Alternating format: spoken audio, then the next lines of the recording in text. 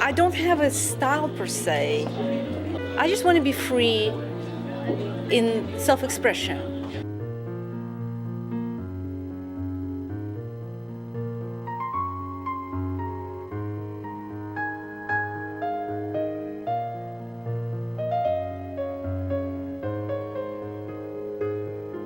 I'm painting for 5 years. I used to be an actress in Russia, and I came here without any language, and I probably just, lived a normal life. But obviously, then if you have something inside of you, it has to come out somehow, and that came out through the paintings.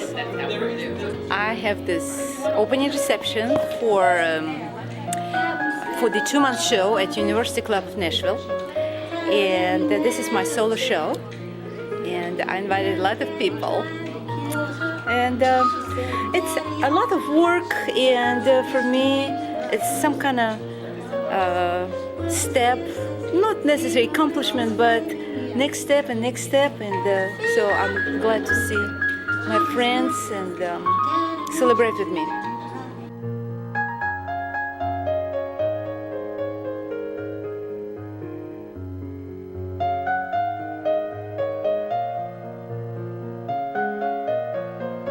I think she's such a varied artist. Someone is bound to just love anything of hers. They're going to find something that draws them in. She has so many paintings that come from so many different aspects of her that someone is going to connect with one of these paintings. So that's the beauty of her art, is that anybody, either. It's not one of those, either you love it or you hate it, you love it, because you'll find something in here that you love. A friend of mine is friends with Olga, so I came here with him this evening. I like this painting, and it's called Dancing with Gaudi, and I like it because I've been inside that church in Barcelona.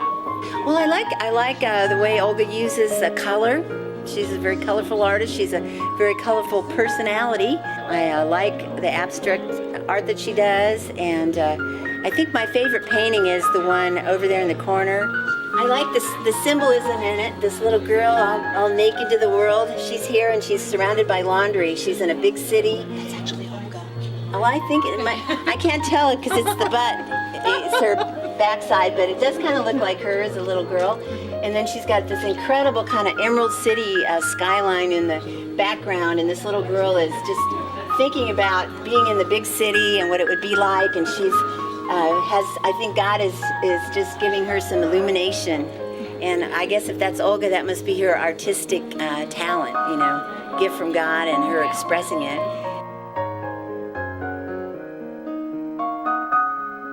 I love this painting here, and one of the reasons is it's called Happy Hour. It just reminds me, it looks like there's a piano there and two people, and it just reminds me the old San Juan in San Juan, Puerto Rico, which is a beautiful place and a beautiful atmosphere, especially for musicians and artists.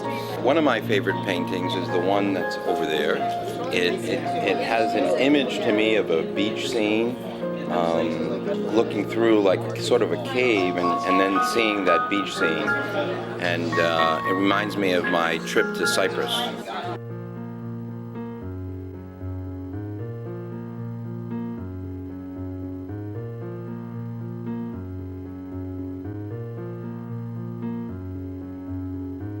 I try to convey the feeling or mood, so I have a lot of abstracts around.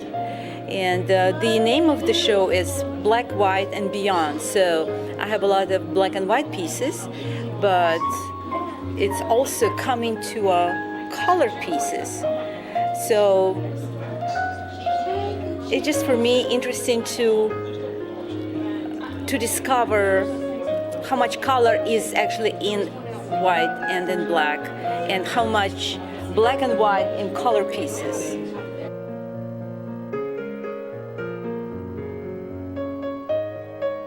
This particular painting is my favorite. It features much of what I don't understand, but I just know what I like. And I envision this painting in my office one day, an office that I envision that I have in my head, and so stay tuned. One day I hope the follow-up video features me in my office and this painting. So it's nice to be here. She has a painting that's not here. I've seen it in one of our other shows. It looks like a guitar, but it's actually a profile of herself and someone that she loved. And it's just it's one of those that you look at one way and then you look at it again and realize that there's much more depth to it. And that's characteristic of a lot of her paintings that she does.